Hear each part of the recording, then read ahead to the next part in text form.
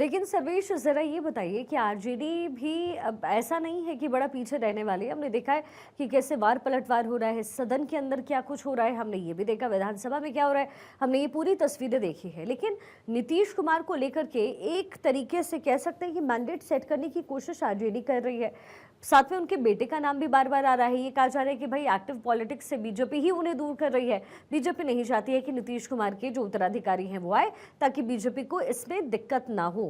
लेकिन इस समय बिहार में पॉलिटिक्स की तस्वीर क्या बनती नजर आ रही है, और क्या निशांत की एंट्री के कयास जो लगाए जा रहे हैं वो होता हुआ दिख रहा है क्या सर्वेश?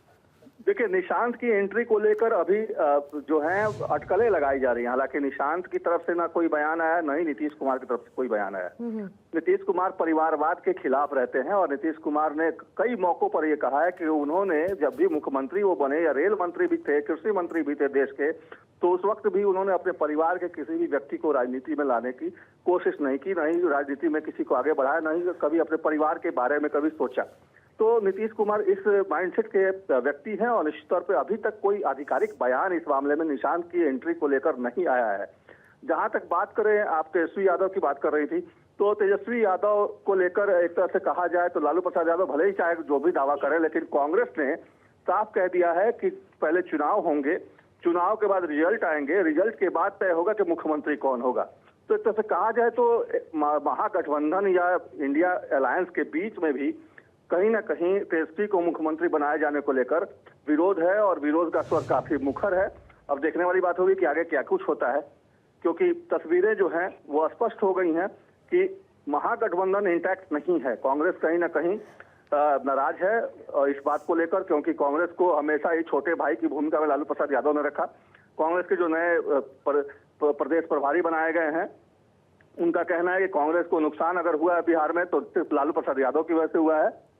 तो ये तमाम चीजें हैं जो कहीं ना कहीं इस बात की तरफ इशारा करते हैं कि सब कुछ अब पहले की तरह नहीं रह गया है। चाहे वो महागठबंधन के आपसी विवाद की बात हो, वो भी सामने आ चुका है। और जहां तक निशांत की एंट्री की बात है, तो निशांत की एंट्री को लेकर अभी तक कोई आधिकारिक बयान तो नहीं आया, लेकिन अटकलें लगाई जा रही है कि निशांत की एंट्री हो सकती है, क्योंकि नीतीश कुमार की सेहत ठीक नहीं है। इसलिए पार्टी के लोग चाहते हैं कि उनकी एंट्री हो और उत्तराधिकारी वो बने।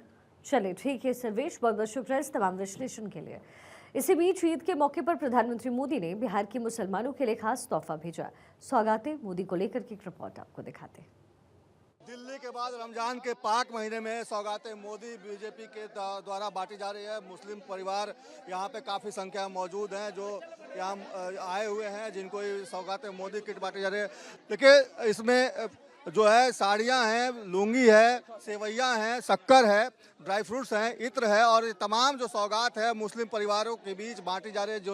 जिन लोगों ने रोजे का एहतमाम किया था उन तमाम लोगों के बीच ये मोदी किट दी जा रही है। सौगातें मोदी दिल्ली के बाद अब पटना के हाईकोर्ट मजार पे तमाम परिवार यहाँ मौजूद हैं। इन लोगों के बीच यह किट बांटी जा रही है और सबको एक तरह से कहा जाए तो ईदी दी जा रही है। तो एक तरह से कहा जाए तो ये ईद के मौके पर पीएम मोदी ने जो घोषणा की थी, ईद के मौके पर ईदी दी जाएगी, सौगातें मोदी सबको दी जाएगी। और यही वजह है कि यहाँ पे तमाम जो लोग हैं बीजेपी के लोग वो यहाँ मौजूद हैं और इन तमाम लोगों ने यहाँ पर ईदी देने का काम किया। मोदी किट, सौगातें मोदी तमाम मुस्लिम भाइयों को देने का काम कर रहे हैं, जिसकी वजह से तमाम लोगों में खुशी की लहर दौड़ पड़ी है। अपने सहयोगी मृत्युंजय के साथ सर्वेश कुमार सिंह, भारत 24 पटना।